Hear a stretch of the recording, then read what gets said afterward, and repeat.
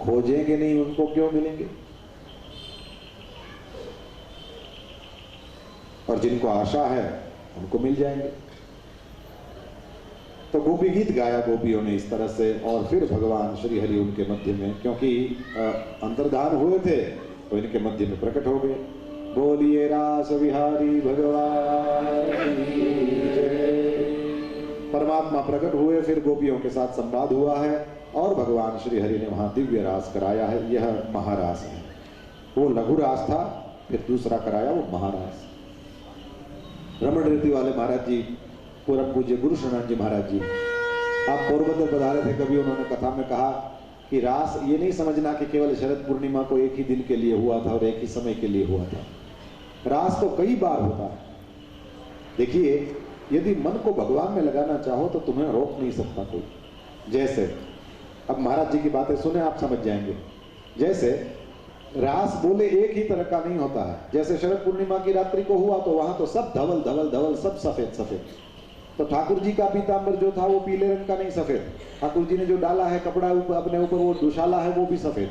राधा जी की साड़ी सफेद, और सारी गोपियों का जो भी उन्होंने पहना है लहंगा फरिया सब सफेद। और उस दिन मोतियों की ही माला, और उस दिन सफेद ही चांदी का ही मुकुट, और सफेद ही पुष्पों की माला, इस तरह से। तो एक तो ये रास है। फिर कभी रास होता है तो उसमें सब बदल जाता है, और गुलाबी रंग पसंद कर दिया गया। तो फिर ठाकुर जी का पीतांबर देखें गुलाबी, ठाकुर जी का दुशाला देखें गुलाबी, राधा जी की साड़ी देखें गुलाबी, और गोपियों ने लहंगा फरिया जो भी पहना हो सब गुलाबी, और माणिक्य के ही सब अपने ये श्रृंगार, और मुकुट भी जो है वो गुलाब का बना हुआ, और मालाएं पहनी हैं वो भी गुलाबी फूलों की। अब नीला रंग पसंद किया तो ठाकुर जी का पीतांबर नीला, राधा जी उनका दुशाला नीला, और राधा जी की साड़ी नीली, और गोपियों ने जो कपड़े पहने सारे नीले, और नीलम के ही आभूषण, और नीले ही पुष्पों की मालाएं, और नीला ही ठाकुर जी का मुकुट। अब इसकी कल्पना करो, सही बताना, मजा आ गया कि नहीं? तो मन यदि इसमें लगा रहेगा, तुम जो सुनते हो, तुम जो देखते हो, वैसा तुम्हारा मन बनता है। अभी ये हमने सुना, अभी तो और कलर बाकी है। ठाकुर जी का पीतांबर है तो ठाकुर जी का पीला दुशाला है। अब राधा जी को पीली साड़ी में कल्पना करो, गोपियों के पीले कपड़े देख सोच लो, पुखराज के ही सारे आभूषण, ठाकुर जी का पीला सा मुकुट, और पीले ही पुष्पों की मालाएं, और सारा पीला पीला पीला। केसरी रंग सोच लो, ये रंग सोच लो, वो रंग सोच लो। भैया, जिनको आदत लग जाती है उनके पास तो पाप नहीं करते, ऐसा नहीं, पाप करने के लिए टाइम नहीं है। भगवान के चिंतन से मन इतना भरा हुआ है कि और चीजों के लिए समय नहीं है। परमात्मा की कृपा हो तब जाके ये सब होता है। फिर तो राजा परीक्षित ने प्रश्न पूछा है इस कथा को सुनकर के कि महाराज, भगवान ने ये रास क्यों कराया, कैसे कराया, क्या ये उचित था? सामाजिक मर्यादाओं को देखें तो इस तरह से रास कराना उचित था क्या? सुखदेव जी महाराज ने कहा कि देखो भैया, भगवान लोग जो करते हैं वो हमको नहीं करना, भगवान जो कहते हैं वो हमको करना। शंकर भगवान जो कहते हैं वो करो। शंकर भगवान विष पीते हैं, आप तो ट्राई भी मत करो। शंकर जो कहते हैं वो करना है। शंकर करते हैं वो हम क्यों करें? वो ईश्वर हैं, वो अपनी तरफ से करेंगे, हम जीव हैं, हम अपनी तरफ से करें। वे जहर पी सकते हैं तो बचा भी सकते हैं, उसको अटका भी सकते हैं। हमारा ये काम नहीं, हम ये न करें। बस इसी तरह से ठाकुर जी गिरिराज जी को उठावें, हमको कोई ट्राई करने की भी जरूरत नहीं, वे उठा सकते हैं, समर्थ हैं। ठाकुर जी रास कर सकते हैं, गोपियों के साथ खेल सकते हैं, और फिर भी अनासक्त रह सकते हैं। देखिए, ठाकुर जी इसमें चिपके नहीं, उसका सबसे बड़ा प्रमाण यह है कि अंतर्धान हो गए, गायब हो गए ना ठाकुर जी गोपियों के बीच से। यदि कोई लट्टू होता, कोई विषयी जीव होता, स्त्रियों को देख करके जिसका मन अपने हाथ में नहीं रहता, ऐसा कोई होता, तो वो तो पाप की सोचता, वो वहां से जा नहीं सकता, उल्टे गोपियों को मना करता कि प्लीज मत जाओ। ये ठीक कह रहा हूं कि गलत कह रहा हूं? ठाकुर जी अंतर्धान हो गए, ये सबसे बड़ा प्रमाण है कि भगवान इसमें आसक्त नहीं है। अरे मेरे प्रभु, भगवान किसी में आसक्त नहीं है, इसलिए तो भगवान है, नहीं तो नहीं मगन भाई जगन भाई होते। इसीलिए वे भगवान, भग का मतलब है ऐश्वर्य। समग्र ऐश्वर्य, समग्र वीर्य, समग्र यश, समग्र श्री, समग्र ज्ञान और समग्र वैराग्य। 16 आनी वैराग्य हो तभी 16 आनी ऐश्वर्य हो, उसका तुम अच्छे से उपयोग कर सकते हो, नहीं तो लपेटा ही दे। ज्ञान वैराग्य भी 16 आनी है ठाकुर जी में, इसलिए भगवान भगवान है। जैसे धनवान वैसे भगवान, जिसके पास धन है धनवान, वैसे ही जिसके पास ये 6 भग हैं वही है भगवान। ये शब्द तो हमारा पहचाना हुआ नहीं है, भग। क्यों नहीं है? बोले कोई भगवान नहीं इसकी, वो एक ही है। ये तो शास्त्रों में लिखा है इसलिए हमको समझ में आता है। अच्छा, धनवान जिसके पास धन है, भगवान जिसके पास ये 6 भग हैं। परमात्मा श्री हरि भगवान है, ये कहीं चिपकते नहीं है। ध्यान रखें, रास कराया है वो अपने आनंद के लिए नहीं, गोपियों ने व्रत किया था, उस वजह से भगवान गोपियों को वरदान देने के लिए उनके साथ खेल रहे हैं, जैसे कोई बाप बच्चे के साथ खेल रहा है। बस उसका भाव ये था कि परमात्मा मेरे सामने पति के अनुसार वर्तन करे, तो भगवान ने किया। श्री कृष्ण में सबसे जो विभूति मत्व है वो यही है कि उन्होंने मानवीय झंखनाओं का भी आदर किया है। मनुष्यों को सामान्य रूप से जो इच्छाएं होती हैं, श्री कृष्ण ने उसका भी आदर किया है, लेकिन इसमें चिपके नहीं हैं। यही विभूति मत्व है। कृष्ण कुब्जा के पास भी जाते हैं, लेकिन वहां रुकते नहीं हैं। कृष्ण दुर्योधन के भी महल में जाते हैं, लेकिन उनको पता है कहां खाना है कहां नहीं। ये ग्वालों के साथ भी खेल सकते हैं। याद रखिएगा, ग्वालों के साथ ग्वाले बन के ही रहे। कोई इंपोर्टेड फ्लूट नहीं मंगाया था, वहीं वो बांस का एक टुकड़ा काट के बांसुरी बजाने लगे थे। वे जो खावे वे कृष्ण खावे, वे जो कपड़े पहने वही श्री कृष्ण कपड़े पहनते थे, उनके साथ उनके जैसे। यही तो है ब्रह्म का साधारणीकरण, यही अवतार है। भगवान अपने आप को साधारण बना लेता है। ऊपर था नीचे उतर गया, उतरना अवतरण, यही अवतार। भगवान श्री हरि ग्वालों के साथ ग्वाले की तरह रह सकते हैं। और जब राजसूय यज्ञ हो रहा था और युधिष्ठिर ने अग्र पूजा किया, तो वहां अपना विभूति मत्व भी प्रकट कर सकते हैं। कुरुक्षेत्र के मैदान में बहुत समझाने के बाद में भी यदि अर्जुन को लगे कि जब तक वो रूप न देखो तब तक मानूंगा नहीं, तो वही विराट स्वरूप वहां भी प्रकट कर सकते हैं। यही मजा है। तुम सर्वसमर्थ होते हुए भी रहो ऐसे कि सबको अपने लगो, अपने सामर्थ्य का जहां कहीं प्रदर्शन नहीं करते फिरो, और तुम सबके साथ सबके जैसे हो जाओ और उस तरह से रहो। मोर पंख अपने सिर पर रखते हैं तो वो ऐसे ही नहीं रखते हैं, वो भी मैसेज है। तुम्हारा जीवन इतना हल्का फुल्का होना चाहिए, नहीं तो तब तक के सारे भगवान सोने का मुकुट पहनते थे, ये मोर पंख डालते हैं। ये कहते ही यही हैं, तुम्हारा व्यक्तित्व कितना भी वजनदार क्यों ना हो, जीना ऐसे जैसे मोर का पंख हो। वजन के कांटे पर रखो तो शायद वजन भी नहीं आए उसका, इतने हल्के फुल्के, और रहा जा सकता है। परमात्मा श्री हरि इस तरह से जी के बताए हैं। बस इतनी बात कि वे जो करें उस तरह से हमको करना नहीं है, लेकिन वो जो कहें तद अनुसार करना। फिर तो शंखचूड़ का और सुदर्शन का उद्धार किया, ये कथा बताई है। युगल गीत के द्वारा दो गोपियों ने भगवान की लीला का गायन किया, ये बताया है। अरिष्टासुर आया, ये अरिष्टासुर वृषभ के रूप में है। भगवान कहते हैं मैं गाय बैलों में फंसा नहीं हूँ, गोवंश मुझे प्रिय है, लेकिन यदि उसमें आसुरी वृत्ति आ जाए तो फिर मैं कोई उसमें बंधा नहीं हूँ, उसका भी उद्धार कर दूंगा। ये विचार है भाई जय वसावड़ा के। श्री कृष्ण इसमें फंसते नहीं हैं, श्री कृष्ण इसमें चिपकते नहीं हैं। इसके बाद तो फिर नारद जी और कंस का संवाद हुआ।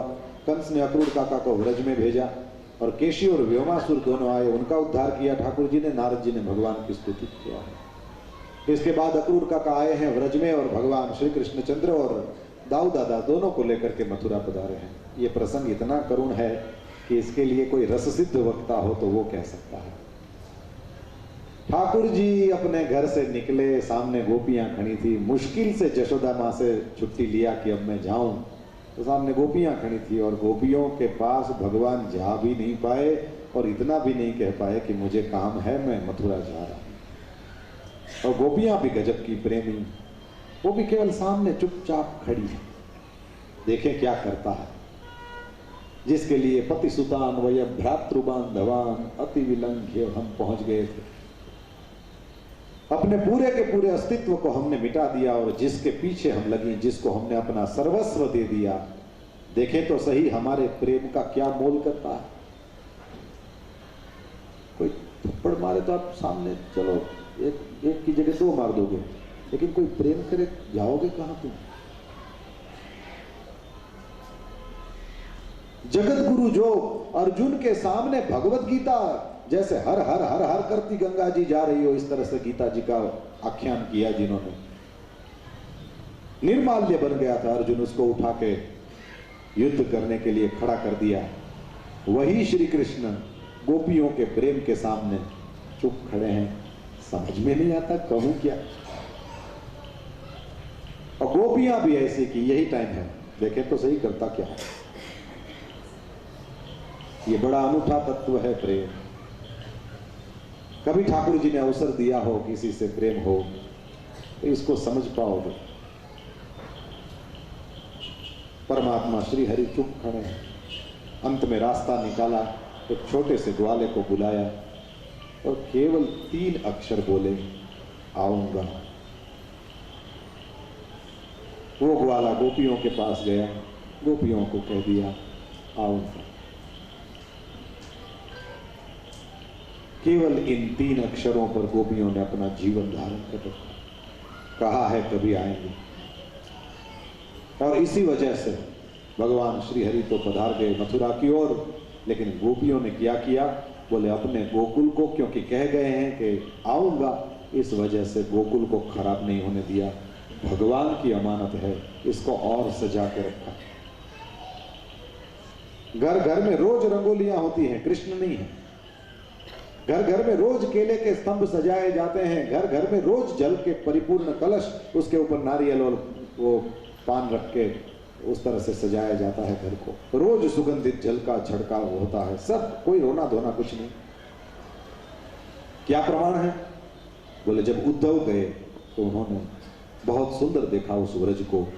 शायद इसी भाव से व्रजवासियों ने व्रज को संभाला है कि कभी उन्होंने कहा है आऊंगा, आज आ जाएं तो उनको अपना व्रज जितना सुंदर था उससे भी ज्यादा सुंदर मिलना चाहिए।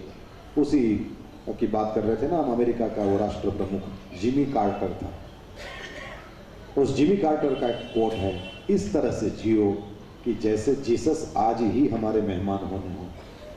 ये वाक्य बड़ा काम कर रहा है। इस तरह से जियो कि जीसस आज ही हमारे मेहमान होंगे। इसका मतलब है क्रिश्चियन होने के नाते उसने जीसस कहा, आप जनार्दन कहो ना, कौन प्रॉब्लम है। जिए तो ऐसे जिए कि आज ही ठाकुर जी मेरे यहां आएंगे। जिमी को पता नहीं होगा शबरी के घर राम आए थे, तो दूसरी परंपरा से है बेचारा, रामायण पढ़ पाया होगा कि नहीं पढ़ पाया होगा हमको क्या पता। सनातन धर्म को थोड़ा जानता तो वो शबरी के बारे में कहता, जियो तो शबरी के जैसे जियो, क्योंकि शबरी ऐसे ही जीती थी जैसे आज ही राम मेरे घर आने वाले। परमात्मा श्री हरि जैसे आज ही आने हो इस तरह से जीना चाहिए। व्रजवासियों ने अपने व्रज को सुंदर बनाया है। उसके बाद में तो फिर ठाकुर जी और दाऊ दादा दोनों मथुरा पधारे हैं। अक्रूर काका ने जल में, जमुना जी के जल में स्नान किया तो अक्रूर काका को दर्शन दिया है विष्णु रूप में। अक्रूर काका ने दिव्य स्तुति किया है। श्रीमद् भागवत में मेरी पसंद की कोई स्तुतियां हो, आपके पास भागवत जी हो तो आप इस स्तुति को पढ़िएगा। ये बहुत ढंग की, काम की और हमको भी काम लगे उस टाइप की, हमारी जो स्थिति है उस टाइप की स्थिति है। भागवत में अकेली यह जगह है जहां दशावतार स्तुति है। मत्स्य से लेकर के कल्कि तक सारे अवतारों का नाम लेकर के स्तुति किया हो श्रीमद् भागवत में, केवल यहाँ। सब स्तुतियों का अपना रंग है, अपनी मौज है, इस कारण ये है बहुत सुंदर। एक ये और दूसरा आगे जाकर के मुचुकुंद स्तुति करते हैं भगवान की। ये दोनों स्तुतियां बहुत अच्छी हैं। हम लोग जिस जमाने में जी रहे हैं, हमको भगवान के प्रति किस तरह से कृतज्ञ होना चाहिए, उसके लिए ये दोनों स्तुतियां काम की हैं। फिर तो भगवान श्री हरि मथुरा में पधारे और क्या क्योंकि कृष्ण परम आनंद हैं और वो कंस वो स्वार्थ है। तो आप सबका भी अनुभव होगा, जब परम आनंद मन में आता है तो स्वार्थ मरता है। उसी तरह भगवान ने कंस को भी खत्म किया। उस समय राजा कंस था, इसलिए रात में ही चले गए गोकुल। लेकिन आज कृष्ण आए हैं तो फिर तो सबका उद्धार हो गया। वो कोलेयापीड हाथी का भी उद्धार हुआ, शलतोषल चाणूर मुष्टिकादि का भी उद्धार हुआ, कंस का भी उद्धार हुआ। क्योंकि श्री कृष्ण परम आनंद स्वरूप हैं। जब आप आनंद में होते हैं तो स्वार्थ में नहीं हो सकते। इतना प्रसाद था, लेकिन यदि जो कोई भी उसके हाथ में बांटने के लिए प्रसाद थमा दिया गया हो तो वो बांटेगा ही बांटेगा। वहां चाहे अपनी पसंद की एक चीज को थोड़ा साइड में रख लिया हो, लेकिन कोई आए कि भैया प्रसाद, तो उसका चेहरा देख करके ही उसको लगेगा कि ये मेरे लिए नहीं है, शायद ठाकुर जी ने इसी के लिए रखवाया है। ये प्रसाद मैं खाऊंगा तो मुझे प्रसन्नता नहीं होगी, लेकिन मैं दे दूंगा तो बड़ी प्रसन्नता होगी। जीवन में जब भी प्रसन्नता और आनंद आते हैं तो स्वार्थ नहीं टिक सकता। आज कृष्ण आए मथुरा में, कंस मरा। फिर तो भगवान ने वसुदेव देवकी और उग्रसेन को कारागार से मुक्त कराया है और वह उग्रसेन को मथुरा के राजा के रूप में रखा है। अब देखिए, शायद हमारी यहां बात हुई है, एक और मथुरा का रेडीमेड राज्य है और दूसरी ओर पढ़ाई करना बाकी है। तो ठाकुर जी पढ़ने गए हैं सांदीपनी के यहां। ठाकुर जी ने मथुरा का रेडीमेड राज्य नहीं लिया। ये क्या दिखाता है कि बापा ना राजमा मजा नहीं।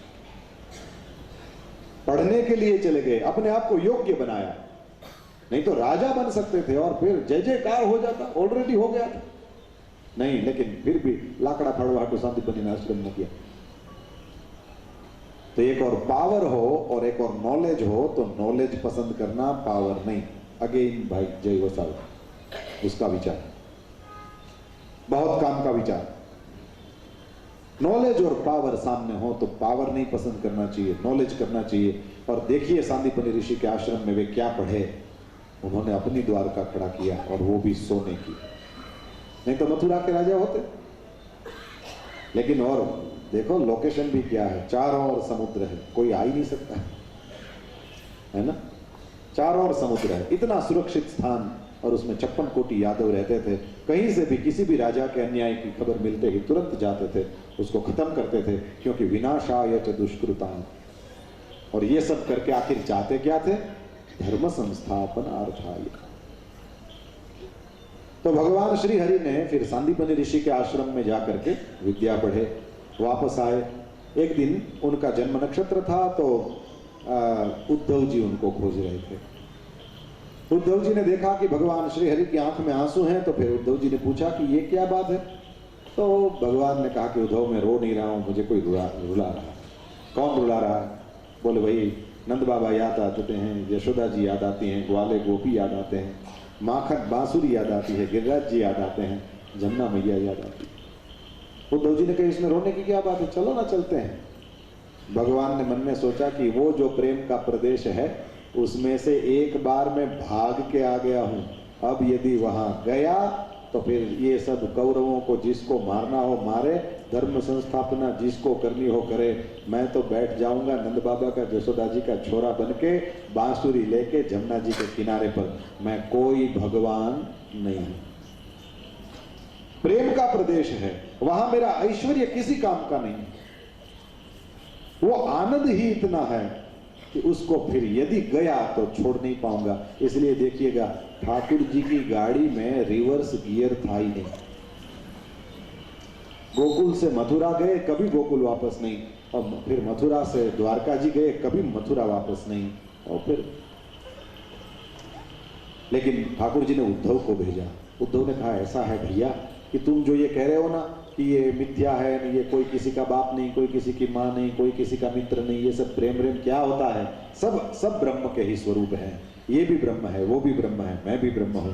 तो एक ब्रह्म को दूसरे ब्रह्म का कभी वियोग हो नहीं सकता, क्योंकि जो सर्वव्यापक है उसको वियोग किसका? जो जिद रूप है उसको किसी की याद आना और ये सब क्या होता? जो स्वयं आनंद स्वरूप है उसको रोना धोना क्या? तो कृष्ण रो रहे हैं तो सच्चिदानंद में से कुछ भी नहीं दिख रहा। परमात्मा ने कहा उद्धव ये बात जो तुम मुझे समझा रहे हो, इसी बात को तुम ब्रजवासियों को समझा के आओ। तो उद्धव जी को लगा कि अपने विजिटिंग प्रोफेसर हैं, गोकुल वासियों को पढ़ाने जा रहे हैं। असल में क्या था कि गोपियों की प्रेम की पाठशाला में विद्यार्थी के रूप में कृष्ण ने भेजा था, लेकिन वो उद्धव को पता बाद में चला। गए तो इसी इंप्रेशन के साथ कि अपने विजिटिंग प्रोफेसर हैं, कुछ महीनों के लिए जाएंगे, पढ़ाएंगे सबको और फिर वापस आएंगे। और वहां पर भागवत जी में देखिएगा सारे गीत, चाहे गोपी गीत, चाहे वेणु गीत, चाहे युगल गीत, चाहे महिष गीत, सब मिल करके गाते हैं। लेकिन ये अकेला भ्रमर गीत ऐसा है, गोप्युवाच, किसी एक ने ही गाया है। और ये काचित जो है वो और कोई नहीं है, श्री राधा रानी। सुखदेव जी राधा का नाम नहीं ले सकते, और राधा का नाम ले लें तो 6 महीने की समाधि, क्योंकि राधा जी उनके गुरुदेव हैं। राधा जी के महल के वहां खिड़की में बैठ करके सुखदेव जी महाराज कृष्ण कृष्ण कृष्ण बोलते हैं। कभी राधे राधे राधे बोलते हैं। राधा जी ने इस तरह से हाथ किया, वह तोते के रूप में रहे हुए सुखदेव जी उनके हाथ में आ गए, और राधा रानी ने बहुत प्रेम से अपना कर कमल फेरते हुए कहा, हे शुक्र राधे राधे मावत कृष्ण कृष्ण वद। मेरा नाम मत ले, तू कन्हैया का नाम लिया कर, मुझे बहुत अच्छा लगता है। कृष्ण नाम की दीक्षा स्वयं श्री वृषभानु लली ने ही दिया है, इसलिए गुरुदेव हैं तो गुरुदेव का नाम नहीं बोलते, राधा जी का नाम नहीं बोल सकते हैं श्री सुखदेव जी महाराज। और उस प्रेममयी, उस प्रेम की घनीभूत स्वरूपा दर्शाने वाली का एक बार नाम बोल दें तो फिर 6 महीने की समाधि लग जाए। परीक्षित को 7वें दिन तक्षक नाग डसना है, क्या करें। इस वजह से सुखदेव जी ने अपने दिल पर पत्थर रख दिया, कृष्ण की बात की और बिना राधा का नाम लिए की। गुरुजन अपने शिष्यों के लिए क्या क्या नहीं करते हैं।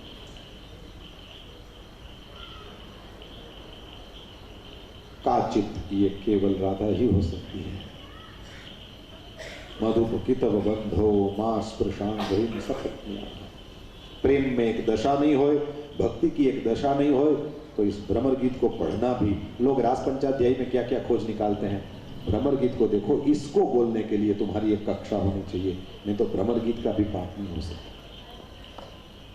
जिस तरह से एकांत में प्रिया और प्रियतम यदि एक दूसरे से नाराज हों और जिन शब्दों में वो दोनों लड़ें, उस तरह से ये शब्द बोले गए हैं। लेकिन कृष्ण के प्रति इस प्रेम को देख करके, श्री राधा रानी के इस प्रेम को देख करके, नहीं तो उद्धव कौन है, बोले उद्धव जब आए ना जमुना जी से संध्या वंदन करके, तब एक बार तो गोपियां भी बोल उठी हैं कि ये कृष्ण जैसा दिखने वाला कौन है। श्री राजेंद्र दास जी महाराज ने कहा कि कृष्ण नहीं है, ये कैसे समझ पाई। बोले एक ही कारण से, भक्त की आंख कभी भी नाचती नहीं है, स्थिर होती है, अपने चरण में होती है, और इसके नैन कभी ठीक नहीं रहे। ठाकुर जी की आंखें नाचती थी, सब गोपियों को लगे मेरी ओर देख रहा है, लेकिन जो भगवान का भक्त होगा उसकी आंखें इस तरह की नहीं होती है। कृष्ण जैसा दिखता है, कृष्ण नहीं है। नहीं तो इतना अच्छे से संध्या वंदन करके शांति से आ रहा है, ये कृष्ण हो ही नहीं सकता। और वो भी जब सामने मैं खड़ी हूं, उसके बाद इम्पॉसिबल। उद्धव जी ने जैसे ही श्री राधा रानी के इस दिव्य प्रेम को देखा है, चरण में लोटपोट हो गए हैं, तब तो उनको समझ में आए कि उस कृष्ण ने मुझे पढ़ाने नहीं, पढ़ने भेजा है। तब पहली बार समझ में आया। वंदे नंद व्रज स्त्रीणाम पाद रेणुम अभीक्ष्णशः यासाम हरि कथोद्गीतम पुनाति भुवन। वंदन किया है उन सभी के चरण में। कुछ महीनों तक वहां रहे। उद्धव जी ने कृष्ण की बातें करी और गोपियों ने उनको कृष्ण ने जहां जहां लीला करी थी वो सारे स्थान दिखाए। आप ऐसा मत सोचना कि 8 बज गए हैं, इसको पता है कि नहीं है। बिल्कुल पता है, लेकिन क्या करूं भैया, बस आज की रात है जिंदगी, कल हम कहाँ थे कहाँ। लाभ मिला है तो प्रेम से सत्संग करें।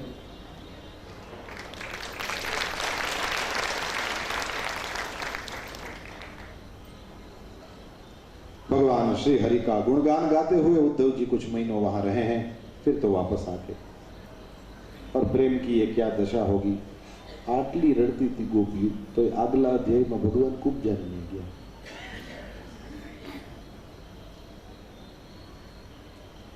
हमारी नहीं थी ना, लेकिन परमात्मा दिखाते हैं, देखो जीवन में सारी चीजें आती हैं सामने, कहीं रुकना नहीं। आता तो सब है सामने, लेकिन रुकना नहीं। परमात्मा श्री हरि। और फिर कुब्जा के यहां गए तो उद्धव को साथ लेकर गए, और कुब्जा ने 2 आसन रखे, क्योंकि 2 आए हैं। लेकिन क्योंकि उद्धव जी व्रज में जाकर के कृष्ण कौन है, उद्धव ने देखा तो कृष्ण को मथुरा में, लेकिन कृष्ण कौन है ये समझे गोकुल में। और इसके इसी वजह से आप आगे वाले अध्याय में देख पाएंगे कि कुब्जा ने 2 आसन दिए हैं, लेकिन उद्धव जी ने फिर आसन ग्रहण नहीं किया, कृष्ण की तरह ऊंचे नहीं बैठे, आसन पर हाथ रखा लेकिन बैठे हैं नीचे। श्रीमद् भागवत में ऐसी ऐसी सुंदर सुंदर जगह हैं जहां पर हमको प्रेम का तत्व दिखाई देता है कि देखो मित्र होकर भी किस तरह से सेवा में लगा है। अर्जुन को भी इस तरह से, कृष्ण सुदामदेव भी इस तरह से मानते हैं, दास्य मिले। और उद्धव जी को उनके मन में भी यही दास्य की जाए। परमात्मा का यह प्रेम है, जिसको भी छूता है उनका जन्म जन्म का दास बन जाता है। इसके बाद तो अक्रूर काका के घर गए हैं भगवान श्री हरि, और अक्रूर काका को भेजा है हस्तिनापुर, और धृतराष्ट्र जो कुछ करता था वो सब देख करके आए हैं अक्रूर काका। यहाँ तक पूर्वार्ध है 10वें स्कंद का, और फिर 50वें अध्याय से वहां उत्तरार्ध लगता है। जरासंध आया, जरा वृद्धावस्था, अपने भी यही है ना, 50 साल हो गए तो समझ लो अब जरासंध आएगा। काल यवन आता है। ठाकुर जी मथुरा में 14 साल रहे, लेकिन 14 वर्ष में भगवान ने जरासंध के साथ 18 युद्ध किए। और 18वीं बार का जब युद्ध था तो ठाकुर जी भागे, पहले काल यवन को देखकर भागे, मुचुकुंद के द्वारा उसका उद्धार करवाया। मुचुकुंद ने स्तुति किया है, वो स्तुति भी बहुत सुंदर और काम की है, उसको भी आप देखें, वो शब्द भी बड़े काम के। और उसके बाद तो फिर जरासंध को देखकर पुनः भागे, रैवतक पर्वत पर चढ़ गए। आज उस पहाड़ को गिरनार कहते हैं, गुजरात में सबसे ऊंचा पहाड़ जो है उसी पर। और भगवान श्री हरि फिर तो ऊपर चढ़ गए तो जरासंध ने पूरे पहाड़ को जला दिया। जैसे ही पूरे पहाड़ को जला दिया तो भगवान फिर गुप्त मार्ग से होते हुए, ये मथुरा वासियों तो पहले ही द्वारका पहुंचा दिया था, और कृष्ण बलभद्र 2 बाकी थे, फिर ये दोनों भी एक गुप्त मार्ग से होते हुए द्वारका जी पहुंच गए। और द्वारका में भगवान एक दिन आराम से बैठे हुए थे, घड़ी में देखा तो 8 और 5 हुई थी। तो सोचे कि अब ये मारा मारी भागा भागी यही सब होना है कि कुछ शादी वादी भी करें। तो ठाकुर जी सोचे कि अब विवाह कर लेते हैं। तो 7 बजे का तो वो कार्ड में छपा हो हस्तमेड़ा, लेकिन ये होता नहीं है कहीं, 1 घंटा लेट वैसे ही हो ही जाता है। तो उसी तरह से अपना भी आज इसी तरह से हो गया। कोई कहना मत कि ये देर करते हैं, तो शादी ब्याह में ऐसे ही होता है, ये मंगल कार्यालय ही है। यहाँ पता नहीं कितने शहीद हुए हैं।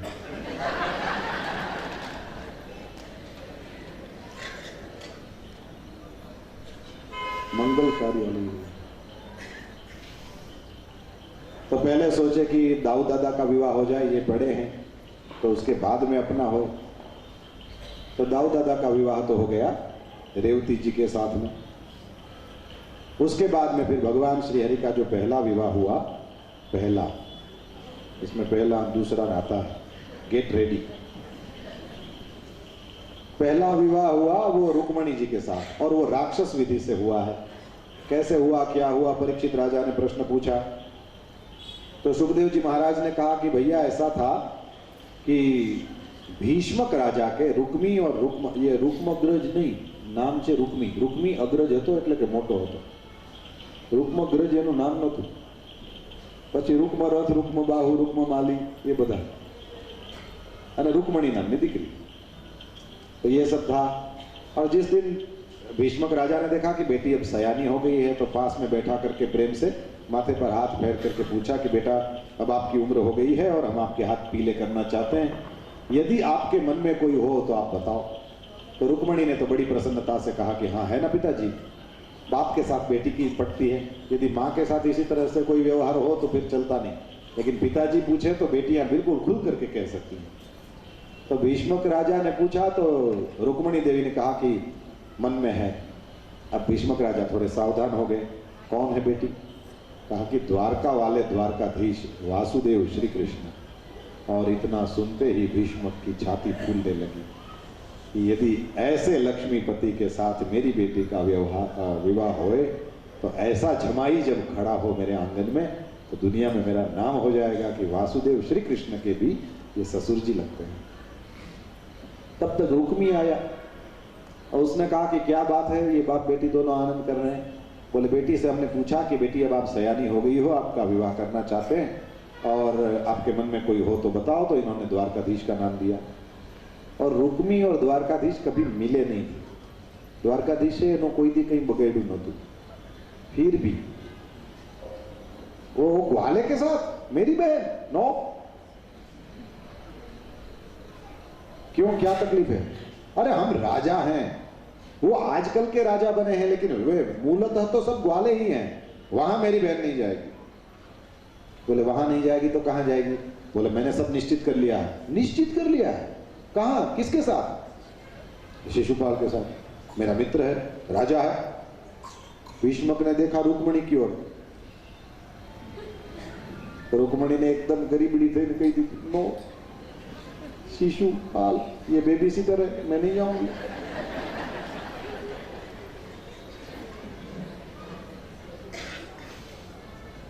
अब भीष्मक फंसे।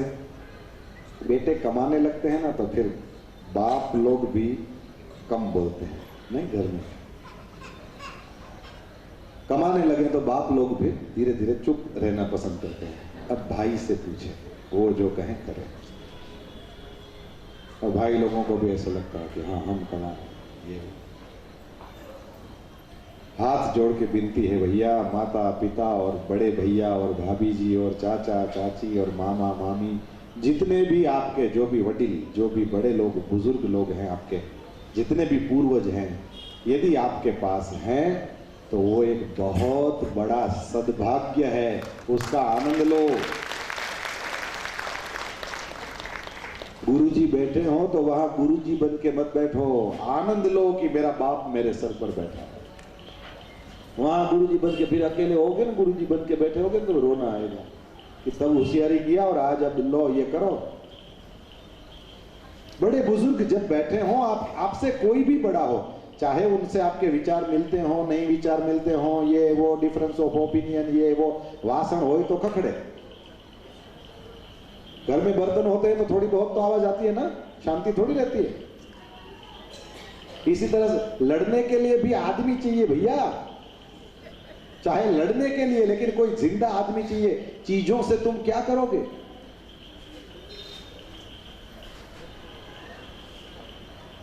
यदि भगवान ने दिया हो, क्योंकि एक बार यदि वो चले गए ना तो फिर रोने के सिवा कुछ भी हाथ में रहेगा।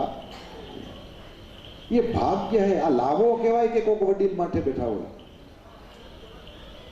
परमात्मा की जब परम कृपा हो तब जाके घर में कोई इस तरह से हमारे बड़े बुजुर्ग होते हैं। इसका लाभ लेना चाहिए, इसका आनंद होना चाहिए। अरे मैं कहूंगा इसका गौरव होना चाहिए। कृष्ण को जीवन भर गौरव था कि दाऊ दादा मेरा बड़ा भैया है। माता पिता जीवन भर बैठाए रखे, जाने नहीं दिया कृष्ण ने। राघवेंद्र सरकार अपना पूरा जीवन पूरा हो गया, तब तक दशरथ जी चले गए थे विरह में, लेकिन अपनी माताओं को बैठा। जननी केरू जोर राघव ने रहतू सदा, એટલે જ એણે માને ન કીધી ને બાપને કીધો મોર કાઢો। इस तरह का कोई ऊपर हो बैठा हो तो प्रसन्न होना। खैर शिशुपाल ने तो इस तरह से, रुक्मी ने तो इस तरह से नक्की कर दिया और विवाह की तिथि नजदीक आने लगी। अब ये रुक्मणी थी, दीकरी ने गाय दौरे में जाई नहोती, ये अलग टाइप की थी। उसने सोचा कि कृष्ण को बताऊं तो सही, फिर उसको आना नहीं आना उसकी मर्जी। याद रखिएगा, जो सामने वाले को बांधता है वो कभी प्रेम नहीं हो सकता। तो रुक्मणी ने अपना आत्म निवेदन किया है कि मैं आपको चाहती हूं, और नॉट ओनली चाहती हूं, मैं आपकी ही हूं। आप मुझे नहीं अपनाना चाहो इस जन्म में, नो प्रॉब्लम, मैं शिशुपाल की तो नहीं होगी। व्रत आदि करके मैं अपने शरीर को सुखा दूंगी। 100 जन्म के बाद भी मिलोगे, शत जन्म भी स्यात्, 100 जन्म के बाद मिलोगे, लेकिन मिलना तो पड़ेगा। रुक्मणी ने ब्राह्मण देवता के वो संदेशा सुनाया और फिर ब्राह्मण देवता गए हैं वहां। रुक्मणी का यह समर्पण कृष्ण को खींच के लाया। एक रात में भगवान श्री हरि पधारे हैं, दाऊ दादा साथ में हैं। एक कथा ऐसी भी है कि कृष्ण गए हैं अकेले, और सवेरे सवेरे सेवकों ने दाऊ दादा से और सबसे कहा कि कृष्ण नहीं मिल रहे हैं, द्वारका जी में कृष्ण नहीं है। तो दाऊ जी तो चुप थे, लेकिन रेवती जी, कृष्ण की भाभी, वन एंड ओनली, भाभी ने कहा कि देवर जी इस उम्र में कहां जा सकते हैं, थोड़ा मैं समझ सकती हूं। दाऊ दादा को नहीं मालूम था क्या है कैसे, एक भाव ये भी है। तो भाभी जी ने क्या किया कि तब सब जगह पे खोज करवाई, ये बताओ कि रात में द्वारका में कोई आया था क्या। तो किसी गुप्तचर ने कहा कि हाँ महारानी, एक कुंडिनपुर से एक ब्राह्मण देवता आए थे। कुंडिनपुर में आजकल क्या चल रहा है? बोले वहां के राजा हैं भीष्मक और उनकी बेटी का विवाह होना है। किसके साथ? बोले शिशुपाल के साथ। उस रुक्मणी का? बोले हाँ। और ये तो 100% मिसमैच। अच्छा, अपने देवर जी वो मिसमैच को मैचिंग करने गए हैं। मैं उसकी भाभी हूं, मैं जानती हूं उसको। तो फिर दाऊ दादा को कहा आइए तो, और ये आइए तो इतना बड़ा रिमोट है, किसी को भी उठा के ले आता। अच्छे अच्छे आते हैं। बोस ना 4 मिस कॉल पड़ा हो माणा डरे नहीं, पर घरवाली नो 1 मिस कॉल हो तो माणा थतरी जाए कि हवे हूं कैसे।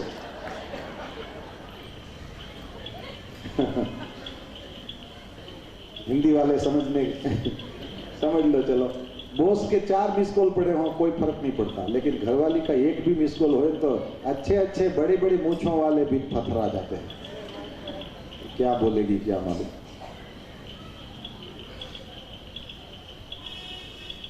आइए तो कहा तो दाऊ दादा कहे कि हाँ जी सुनाइए, क्या कहना चाहते हैं। वो एक छोटा सा जोक है। पत्नी ने कहा सुनिए, तो वो बोला 20 साल से यही कर रहे हैं, सुनाइए। मेरा तो कहाँ नंबर आने देती है, तुम ही बोलती हो। कहा कहिए। बोले मुझे पता है देवर जी कहाँ गए हैं। अच्छा, अनुमान है लेकिन सही होगा, बताइए।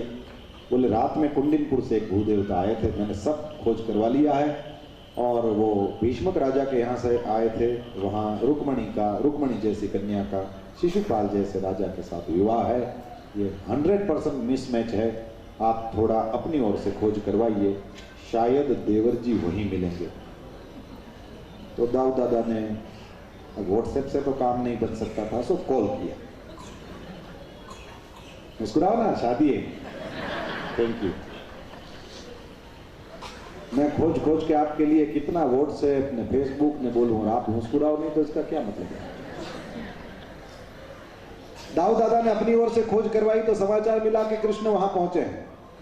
अब देखिएगा, दाऊ दादा समझ गए कि वहां शिशुपाल आया है तो जरासंध आया होगा, ये सब एक जैसे ही थे, और वो भी अपना सब हाथी घोड़ा लेके आए हैं। दाऊ दादा समझ गए कि इसका मतलब क्या है। अब कृष्ण को अकेला नहीं छोड़ा जा सकता है, यही बड़े भैया का काम है।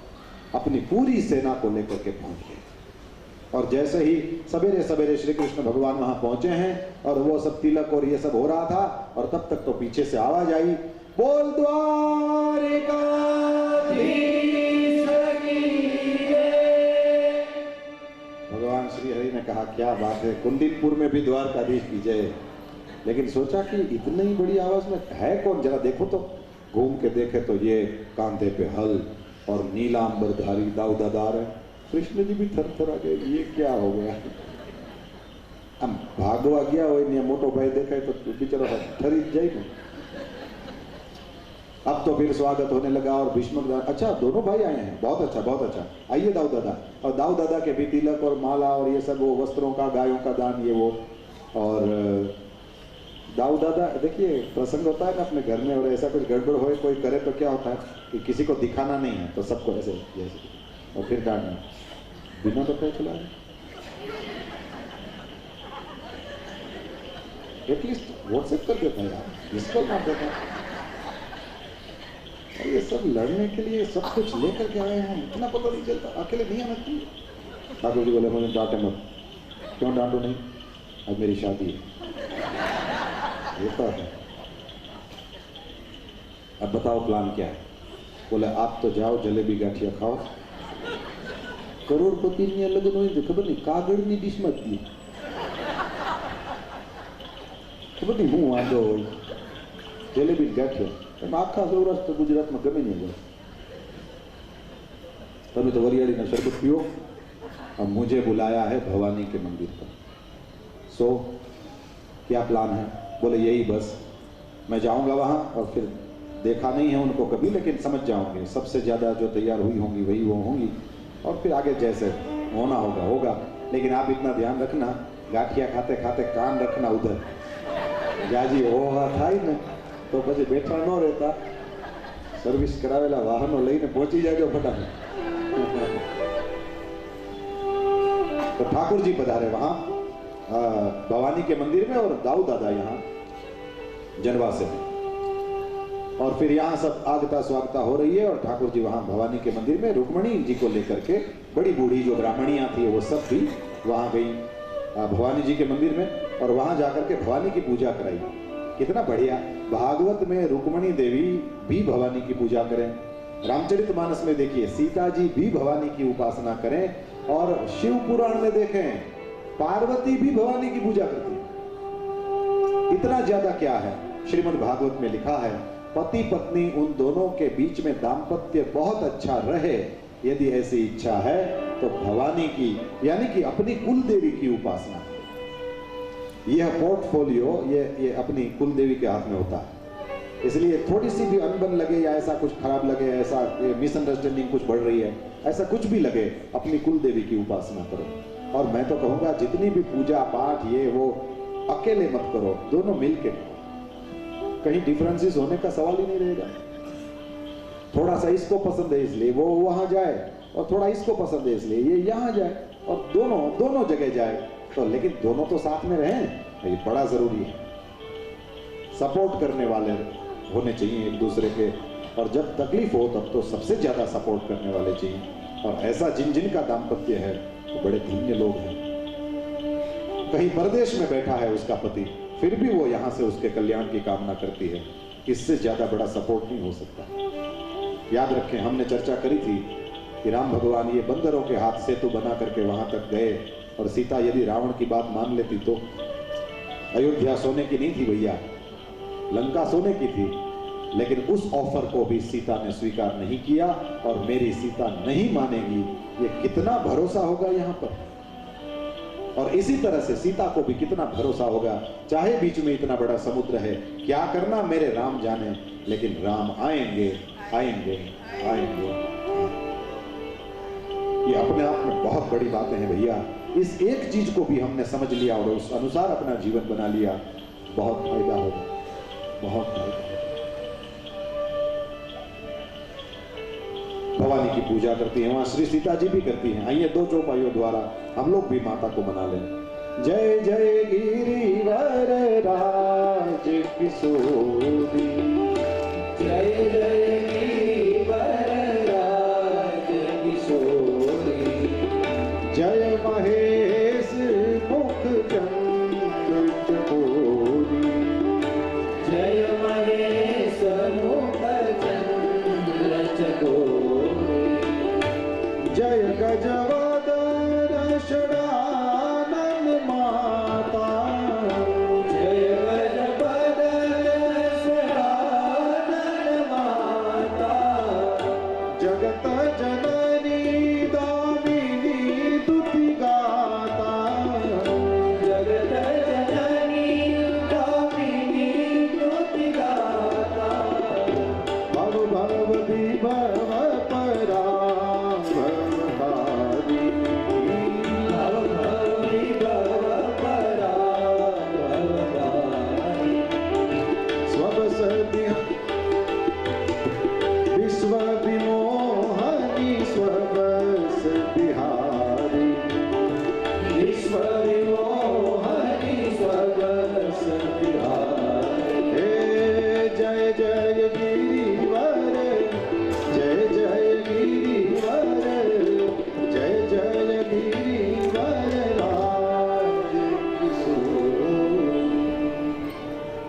नमस्ये त्वाम्बिके भीक्षणं स्वसंतानयुतां शिवाम भूयात पतिर्मे भगवान कृष्ण तदनुमोदताम। रुक्मणी के मन में एक ही बात है। जब से सुदेव नाम के ब्राह्मण ने आकर के कह दिया वासुदेव आए हैं और वो भी मेरे साथ ही आए हैं, और उन्होंने स्पष्ट कहा है मैं रुक्मणी को ले जाऊंगा, तब से एकदम उत्साह में भरी हुई और जिन जिन देवताओं को देखती हैं मनाती हैं। जैसे ही रुक्मणी देवी ने अपनी पूजा पूरा किया, ब्राह्मणियों ने शेषा दिया और प्रसाद लेकर के जैसे ही मंदिर से बाहर निकली, दिव्य अपना सुंदर श्री विग्रह प्रकट किया है। और भगवान कौन है, कहाँ है, कैसे हैं, कुछ भी पता नहीं, कृष्ण को भी पता नहीं रुक्मणी कैसी है, क्या है, कहाँ है, कैसे है। लेकिन फिर भी भगवान श्री हरि को अपना पूरा पूरा रूप सौंदर्य निछावर करती हुई रुक्मणी देवी जैसे ही मंदिर से बाहर निकली, भागवत में वर्णन है उनकी रक्षा के लिए आए हुए घोड़े और हाथी पर बैठे हुए सैनिक भी गिर गए। इतना सुंदर रूप देखने लगे सबके सब, इतनी सुंदर, इतनी सुंदर। और भगवान श्री हरि ने देखा कि रुक्मणी तो मेरी ओर तो देख नहीं रही है, फिर सोचा हाँ कैसे देखेगी, उसको पता ही नहीं मैं कौन हूं। और रुक्मणी ने भी मन में सोचा कि बुलाया है और आप ही गए होंगे, लेकिन मुझे कैसे पता कहाँ है, इसलिए मैं कहाँ जाऊं, इधर जाऊं, इधर जाऊं, इधर जाऊं, क्या करूं। इससे अच्छा है जिस रथ में मैं आई हूं उसी रथ में मैं चढ़ जाऊं, और उस रथ की ओर मैं जैसे ही जाऊंगी तो क्या होगा, बोले जैसे ही वहां मैं चढ़ने जाऊंगी तो वो मुझे चढ़ने नहीं देंगे, अपने रथ में हर करके चढ़ा लेंगे और फिर हम दोनों 9 2 11। ये शब्द भी इस तरह से लिखे गए हैं, देखिएगा 9 और 2 11। ये है ही इस तरह का कि भागने का जैसे दिखे। तो वही वो राजकन्या जैसे ही रथ में चढ़ने गई तब तक तो भगवान श्री कृष्ण वहां पहुंच गए और रुक्मणी देवी को उठा लिया और झट से अपने रथ में रख दिया और दारुक को कहा कि अब रथ को भगाओ। अब वो बस इसी तरह से हो गया। और जैसे ही थोड़े दूर गए तब तो पहली बार तो ये सैनिक और ये सब आए थे, उनको ध्यान में आया कि अरे वो तो ले गया। तब तक तो वो कृष्ण को देखने में और कृष्ण का रथ देखने में और कृष्ण की फूर्ति देखने में ही रह गए, क्योंकि कभी देखा नहीं था ऐसा श्री कृष्ण का स्वरूप, रुक्मणी का स्वरूप। जैसे ही वो भाग गए तो फिर ये कृष्ण रुक्मणी निकले गांव की बाहर की ओर और ये दौड़ करके गए उधर। अब बताना किसको चाहिए, भीष्मक राजा को, जिनकी बेटी का हरण हुआ है। लेकिन क्या है कि जब भाग फूटे हों तो ऐसे ही होता है। क्या हुआ, शिशुपाल के जनवासे में घुस गए, कन्या का हरण हो गया है। वो बेचारा नारियल पकड़ के बैठा था, ध्रुज के लगा। जरासंध आदि राजा खड़े हुए, उन्होंने कहा कि क्या बात है, वो ग्वाला इस तरह से कन्या को लेकर के नहीं जा सकता, हम जाते हैं पीछे। और जरासंध आदि राजा आए, लड़ने लगे भगवान श्री हरि के साथ में। लेकिन उस दिन श्री कृष्ण की तलवार जो चमकी है, जरासंध तो दूर से देख रहा था। 18 बार लड़ा हूं इससे, 17 बार हार के भागा और 18वीं बार तो ये भी भागा था।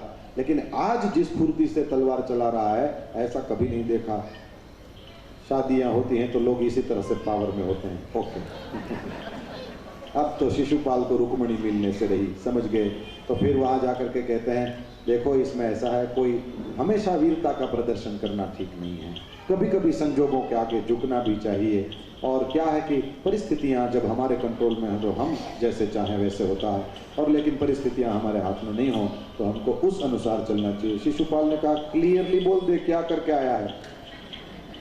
बोले रुक्मणी नहीं तो उसकी बहन हो तो दूसरी मिल जाएगी, इसमें क्या बात है। बोले ऐसे नहीं, सच बोलो क्या हुआ। बोले आज तो वो जैसे तलवार घुमा रहा है अपने पिछली गली से खिसक ले, नहीं तो गया। लीले तोड़ने जान पाची गई लियो ना। शिशुपाल की रुक्मणी थोड़ी होनी थी, वो तो द्वारकाधीश की ही थी और द्वारकाधीश की ही होनी थी। देखिए रुक्मणी क्या है, लक्ष्मी है। और लक्ष्मी का विवाह तुम यदि शिशुपाल से करोगे, अपने भोग में इसका खर्चा करोगे तो लक्ष्मी भी रूठती है। और क्योंकि भगवान की है इसलिए भगवान को समर्पित करोगे तो भगवान के भी ससुर बन जाओगे। लक्ष्मी तुम्हारे पास है लेकिन बेटी के रूप में रखो। रुक्मणी लक्ष्मी है, उसको बेटी के रूप में रखना है। और जितनी बढ़ती जाए उतनी चिंता होती है बाप को कि इसके हाथ पीले करें। और लक्ष्मी का एकमात्र वर नारायण ही है, लक्ष्मी नारायण। यदि तुम समझ करके नहीं करोगे तो ये तो हर के भी ले जाते हैं। देखो, और ऐसा देखा है ना, 7 हवेलियां हों और फिर भाड़े के घर में रहते हों, इनसे हर लिया है। और याद रखना, जिनके भी जीवन में संयम सदाचार आया, लक्ष्मी उसको योग्य समझती है, नहीं हो तो भी आ जाती है। और जहां व्यसन और व्यभिचार आए, 7 नहीं 70 हवेलियां हो तो भी एक दिन भाड़े के मकान में दिखेगा वो आदमी। भगवान ने जब भी कुछ भी दिया हो तो उसको संयम सदाचार के अनुसार उसका उपभोग करना, नहीं तो व्यसन व्यभिचार में जो फंसते हैं, भगवान हर के ले जाते हैं उसकी लक्ष्मी को। समुद्र रूप है यह भीष्मक, लक्ष्मी स्वरूपा है रुक्मणी, विष्णु स्वरूप है कृष्ण, और वो रुक्मी जो है वो विष का अवतार है। भगवान ले गए। अब देखिए, जरासंध और शिशुपाल वो सब तो चले गए, उनको पता चल गया कि अब इसमें कुछ हाथ में आने वाला नहीं। तब तक वो रुक्मी खड़ा हुआ, कृष्ण को मारूं नहीं और अपनी बहन को यदि वापस नहीं ले आऊं तो इस नगर में वापस नहीं आऊंगा, अग्राह्य होगा इसका जल मुझे, कह करके भागा है। भगवान श्री हरि ने उसको भी दंड दिया है, मार ही डालने वाले थे। तब तक तो रुक्मिणी ने श्री कृष्ण के चरण पकड़ लिए और भगवान श्री हरि ने अभयदान दिया। वो गया नहीं वापस उस नगर में, एक दूसरा नगर भोजगढ़ का नाम का बना करके वहां रहने लगा। और उसके बाद में तो भगवान श्री हरि और रुक्मिणी और दाऊ दादा और वो सब वहां से चले हैं, द्वारका जी से भी लोग चले हैं। और द्वारका और सोमनाथ, अपने पोरबंदर और सोमनाथ जी के बीच में, या द्वारका सोमनाथ के बीच में जैसे कह लो, वहां पर एक माधवपुर करके स्थान है। यदि आपने दर्शन किया होगा आपको पता होगा, वह स्थान वह है कि ये कुंडिनपुर से हरण करके श्री कृष्ण लाए, तो रुक्मिणी और कृष्ण का जो विवाह है ये वहां हुआ है। तो ये आजकल नहीं बच्चे वो डेस्टिनेशन मैरिज करते हैं, मालूम है? तो दुबई जाके शादी किया और इंडोनेशिया जाके शादी किया और पता नहीं कहाँ कहाँ जाके शादी करते हैं। तो ये स्टार्टिंग करने वाले ये महाराज हैं। ना द्वारका में, मतलब ना मेरे घर में शादी होगी, ना कुंडिनपुर में तेरे घर में शादी होगी, अपने डेस्टिनेशन मैरिज करते हैं। और लोग समुद्र का किनारा खोजते हैं, समुद्र का किनारा हो, 5 स्टार होटल हो, ये सब लोगों की अच्छी सुविधा हो, इस तरह से डेस्टिनेशन मैरिज होते हैं आजकल। कहाँ कहाँ शादियां करते हैं लोग। तो ये माधवपुर कभी दर्शन करना। अमेरिका वालों से सुना है कि कैलिफोर्निया में जितना बढ़िया बीच है उतना बढ़िया बीच माधवपुर में है। तो देखिए, डेस्टिनेशन मैरिज करना तो ऐसे ऐसी जगह पे क्या करना, बढ़िया जगह पे करना। तो आज भी जिसका महत्व है, आज भी जिसका बहुत सुंदर समुद्र का किनारा है, डॉल्फिन नाचती है उसमें, वहाँ पर भगवान श्री हरि ने माधुपुर को मांडवो ने जदुपुरनी जान અને પરણે રાણી रुक्मिणी वरराजा घनश्याम, भगवान श्री हरि ने दिव्य विवाह महोत्सव किया है। सारे देवता, सारे ऋषि मुनि, क्या क्या नहीं था। बस वही कि ठाकुर जी का, कृष्ण जी का विवाह होए तो वो राम जी की तरह एकदम अरेंज मैरिज नहीं होता है। कृष्ण जी का मैरिज हो तो फिर उस अरेंज मैरिज नहीं किया ऐसा नहीं है, एक आध बार किया भी है, लेकिन अपने कल की कथा में ये सब सुनेंगे कि फिर कहाँ भागा दौड़ी, कहाँ मारा मारी। एक बात समझ लो, यदि आप में से किसी का यदि शादी के बाद रिसेप्शन नहीं हुआ तो चिंता मत करना, कृष्ण का 16,108 विवाह हुआ, एक बार भी रिसेप्शन नहीं हुआ, एक ही बार नहीं हुई।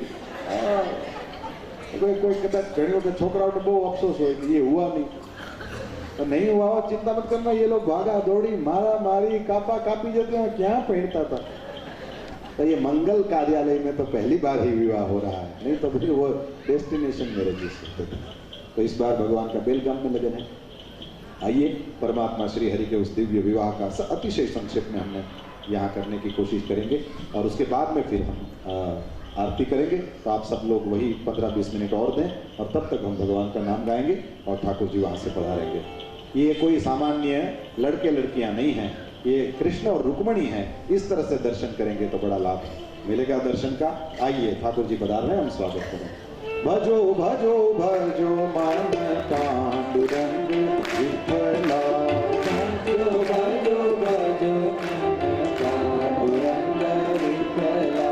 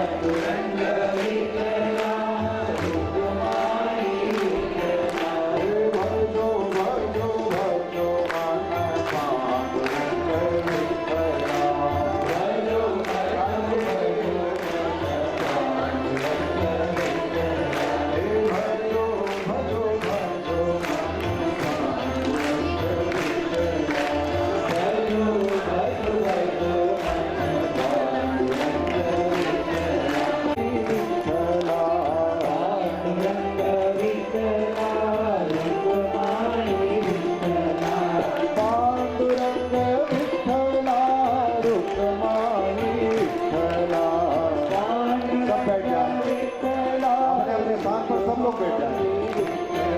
हे भजो भजो भजो मन पांडुरंग विठला, भजो भजो भजो मन पांडुरंग विठला, हे भजो भजो भजो मन पांडुरंग विठला, भजो भजो भजो मन पांडुरंग विठला, हे पांडुरंग विठला, पांडुरंग विठला, पांडुरंग विठला, पांडुरंग विठला, रुक्माई विठला, रुक्माई विठला, रुक्माई विठला, रुक्माई विठला, हे पांडुरंग विठला, पांडुरंग विठला, हे पांडुरंग विठला, पांडुरंग विठला, पांडुरंग विठला, पांडुरंग विठला, रुक्माई विठला, रुक्माई विठला, रुक्माई विठला, रुक्माई विठला, रुक्माई विठला, रुक्माई विठला, रुक्माई विठला, रुक्माई विठला, रुक्माई विठला, रुक्माई विठला, विठला, विठ्ठल विठ्ठल विठला, विठला, विठला, विठ्ठल विठ्ठल विठला, रुक्माई विठला, रुक्माई विठला, रुक्माई विठला, रुक्माई विठला, रुक्माई विठला। रुक्माई विठला। भगवान श्री कृष्ण और रुक्मणी देवी का अतिशय संक्षिप्त में विवाह विधि का दर्शन करेंगे। अभी जय जयकार करेंगे, कथा का विराम होगा। कल सवेरे 10 बजे से 1 बजे तक का यह पुराण को अंतिम दर्शन करने का समय है। हम सब लोग जितना भी समय शेष रहेगा उसमें कुछ भगवान के और पास बैठ करके कुछ और भगवान की कथाओं को गाएंगे। आइए उसी सूचना के साथ कल सवेरे 10 बजे सत्संग होगा। अनुकूलता के अनुसार आप सब पधारें और लगभग 1 बजे तक हम इस कथा को विराम देंगे। आइए दर्शन करेंगे और उससे पहले जय जयकार कर लें। श्री द्वार